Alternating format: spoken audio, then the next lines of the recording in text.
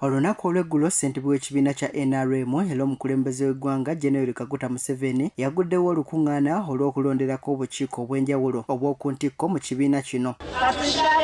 Wabula eggulo akakiiko ak'ebyokulonda kawaliriziddwa okuyimiriza akalulu k'obukiiko bw'abasuubuzi oluvannyuma olw'abeesimbyewo abamu ku bassentebe okwabadde Philip Kakulu, King Caesar Sanjetana okwagala okuva mu lwokaano luno nga balumiriza munnaabwe gwe babadde bavuganya naye Hasan Basajjabalaba okuleeta abalonzi ab'empewo ssaako n'okubagulirira ekyawaliriza akakiiko ak'ebyokulonda okwebooza ku mukulembeze w'eggwanga era nga gye byaggweredde nga bano baakulondebwa oluvannyuma lw'okubaako enteeseganya ezikolebwa. Many of the people who were posing to be delegates were actually non-delegates, and yet they had been accredited, while many of my people, like for example Tororo, fenga ababadde beesimbewo ku Entrepreneurs League tusazeewo tujja kubeera mu kintu kino okubanga tujja nga tuteekayo petitioni zaffe owa omukulembeze w'eggwanga pulezidenti owa secretary general. Yadde nga bwabadde bwa kiro ekibiina kyagenze mu maaso ne kirondesa bammemba mu bukiiko obulala nga kuno kwabaddeko Penny na Businje eyawangudde obwa ssentebe bw'abakadde, Lieutenant Mushabe Moses n'awangula obw'abazirwanako, Shafiki Mwanje abaliko obulemu ali nayitwe Lwakajala abakozi, ate bo bannansangwawo oba bayite ba historicals bawanguddwa Minister Tom Butime. For workers we have Honorable Arenaitwe Lwakajara.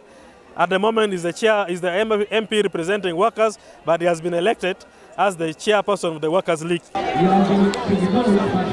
Ku makya ga leero ekibiina kikedde kulondesa bakiikirira abakyala nga bano baasoose kuweebwa mukisa kupolota balonzi baabwe wabula nga mu nteekateeka eno abamu ku bo nga kwe kwabadde ne Lydia Wanyoto abadde akulira abakyala mu kibiina kino bawaliriziddwa okuva mu lwokaano era ne babaako abalala be badde emabega.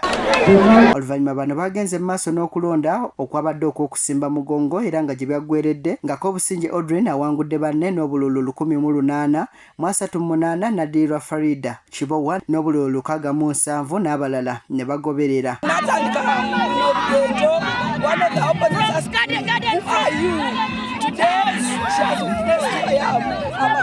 Wabula ku ssaawa 9 ogw'emisana abasuubuzi abagwa mu kakiiko ak'abasuubuzi bavudde mu mbeera ne balumba ssaabawandiisi w'ekibiina ki NRM Richard Todwong we yabadde atudde nga beemulugunya obutafiibwako nga baagala balonde kubanga bamaze ebiseera byabwe bingi mu Kampala.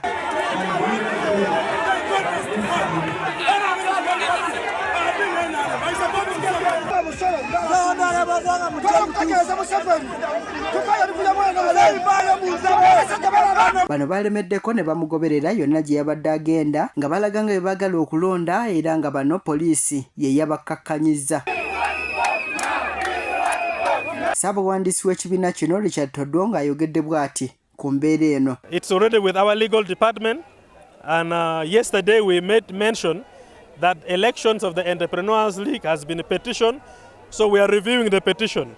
Now they are agitated because they don't know whether they are going to vote today or another day. Wabula n'atangaazizza ku bifo ebirondeddwa n'enteekateeka ez'olunaku olw'enkya. We shall have elections of the second national vice chairman of the party, female, and we shall have elections of the regional vice chairpersons of the party, and those are the only elections we shall have tomorrow because the rest of the SEC members have already been elected. All national chairpersons of the leagues qualifies to be members of SEC. So these are already members of SEC, and we are only left with the regional vice chairpersons that we are going to elect tomorrow. Wetuviridde ku kisaawe Kololo ng'akalulu k'abasuubuzi ssaako n'ak'abavubuka bwe bubulayo okulondebwa wabula nga abalonda abasuubuzi baziŋŋamizza enteekateeka eno oluvannyuma lw'okulemera mu kifo awalondebwa nga bagamba mpawo omuntu mulala yenna agenda kuddamu kulondebwa okutuuka nga bo balonze ssentebe waabwe. Nze Charles Katamba ku Lwagugudde TV agaguddewo.